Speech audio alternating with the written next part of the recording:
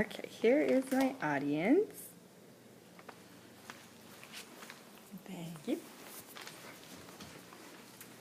Okay. As a parent, we all like to think we know what's best for our children. We know the importance of car seats, baby gates, locking chemicals up, scoping the floor constantly for potential choking hazards, and always looking out for danger or harm. But did you know that one of the best things you can do for your children is get all their vaccinations? Vaccinations work by building our immune system to tolerate certain diseases. Once our immune system is trained to resist a disease, you have become immune. Vaccinations provide artificial acquired immunity, which makes it easier and less risky to become immune to a disease or a virus. It's as easy as going to the doctor, getting a simple shot or injection, wiping away a few tears, and then you are sent on your way with a healthier, more life-sustainable child. After all, we want to always do what's best for our children, right? Today, I will be discussing vaccinations and why every parent should get their child immunized. I will argue how vaccinations prevent diseases and viruses, focus on the correlation between vaccinations and autism, and also going without vaccinations are a danger for your child as well as other children and people in your community. Let's begin with the preventative measures vaccination has for our children. According to the Centers of Disease Control and Prevention, the diseases that vaccines prevent can be dangerous and even deadly. Vaccinations reduce the risk of infection by working with the body's natural immunity to safely develop an immunity to a disease.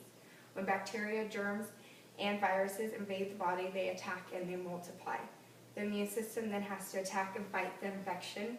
Once it fights off the infection, the body is left with a supply of cells that will be able to recognize and fight that disease in the future. Vaccines help develop immunity by causing the same reaction in your body so that your body can recognize and fight the vaccine-preventable diseases. Vaccinations are critical to building a child's immune system. In 2008, the World Health Organization estimated that 1.5 million deaths among children under the age of 5 were due to diseases that could have all been prevented by a routine vaccination. That number represents 17 of the global total mortality rate in children under the age of 5. All these deaths in these children could have all been prevented. Diseases such as diphtheria, hepatitis, measles, mumps, tetanus, rubella, and many more have vaccinations that can prevent children from obtaining the diseases in the first place and reduce the risk of serious symptoms and death. Vaccinations are used as preventative measures to reduce the risk of obtaining diseases. Although they are very beneficial in preventing diseases, some people choose not to vaccinate their children because of harmful ingredients that can be linked to causing disorders such as autism. This brings me to my next point of discussion, linking vaccinations with autism. The only possible justification for avoiding vaccination is a scientific argument that vaccines and ingredients in them can be harmful. Disorders such as autism are being related to vaccinations, but the reality of it all started with bad science. The theory and research for linking autism and vaccinations started in a 1998 journal published in Lancet by Andrew Wakefield. Wakefield claimed that there is a link between vaccination and autism. 4 years after his publication, other researchers still couldn't find any supporting data or confirm Wakefield's findings. Research countering Wakefield's claims began 1 year after his studies, when 2 studies in the UK Department of Health found no evidence that immunizations were associated with autism. In 2001, another panel of 15 experts for the Institute of Medicine found no connection between the measles, mumps, rubella, and autism. In 2004, the Institute of Medicine did a comprehensive review and found no causal relationship between vaccines and autism. It was later established that an investigator reported that Wakefield's finding was an elaborate fraud, and in 2010 his medical license was revoked. After over a decade this year, the Journal of Pediatrics has confirmed that when looking at over 1,000 children, they concluded that exposure of vaccinations within the first 2 years of their lives are not at all associated with the increased risk of developing autism. Diseases such as autism shouldn't cloud your decisions on whether or not to vaccinate your child. Parents' decisions are usually clouded by misleading claims that are shown in newspaper, magazine articles, radio, and television. The science-based information is pushed aside, and parents want to believe what the media has to say and word of mouth rather than educating themselves and looking at research and data that supports the scientific evidence behind vaccinations. The lack of misleading knowledge about vaccinations are causing a decrease in vaccination rate and an increase in the infection and death rate. This brings me to my last main point of discussion: risks of going without immunization.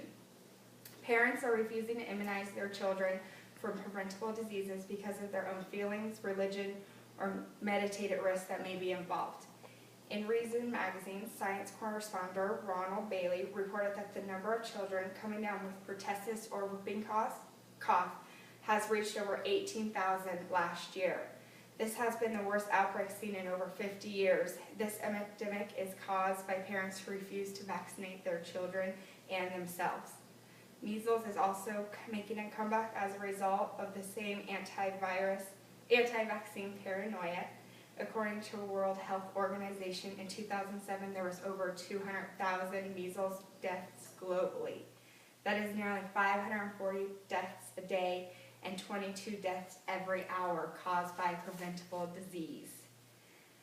By not getting your child immunized, you are putting other people and children at risk. According to the Centers of Disease Control, infecting someone else with a life-threatening disease by not getting a vaccination is not right, and it is very easy to do.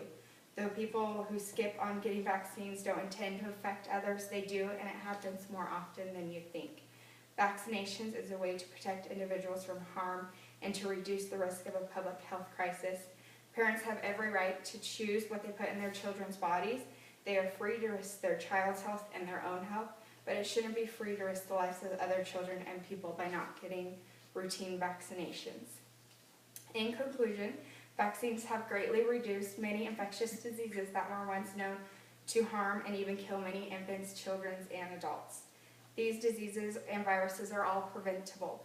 Vaccine-preventable diseases and deaths are still existing today and can be passed on to other people who are not protected by vaccines. There is no sustainable evidence linking the risk of other disorders and diseases such as autism with vaccinations. The benefits of vaccination overpowers any risk or assumptions on why we shouldn't vaccinate our children against serious life-threatening conditions. Any parent would rather see their child shed a few tears for a few seconds after a vaccine dose than to watch their child from horrible, painful symptoms or even death that may occur if their child were to be diagnosed with a disease that could have been easily prevented. Education and knowledge about vaccinations needs to be known. Every parent has a choice whether or not to get their child vaccinated, but with scientific evidence, research, and facts supporting the benefits of vaccinations, we should all take into consideration the idea of getting our children vaccinated for our children and to all other people in our community and our world.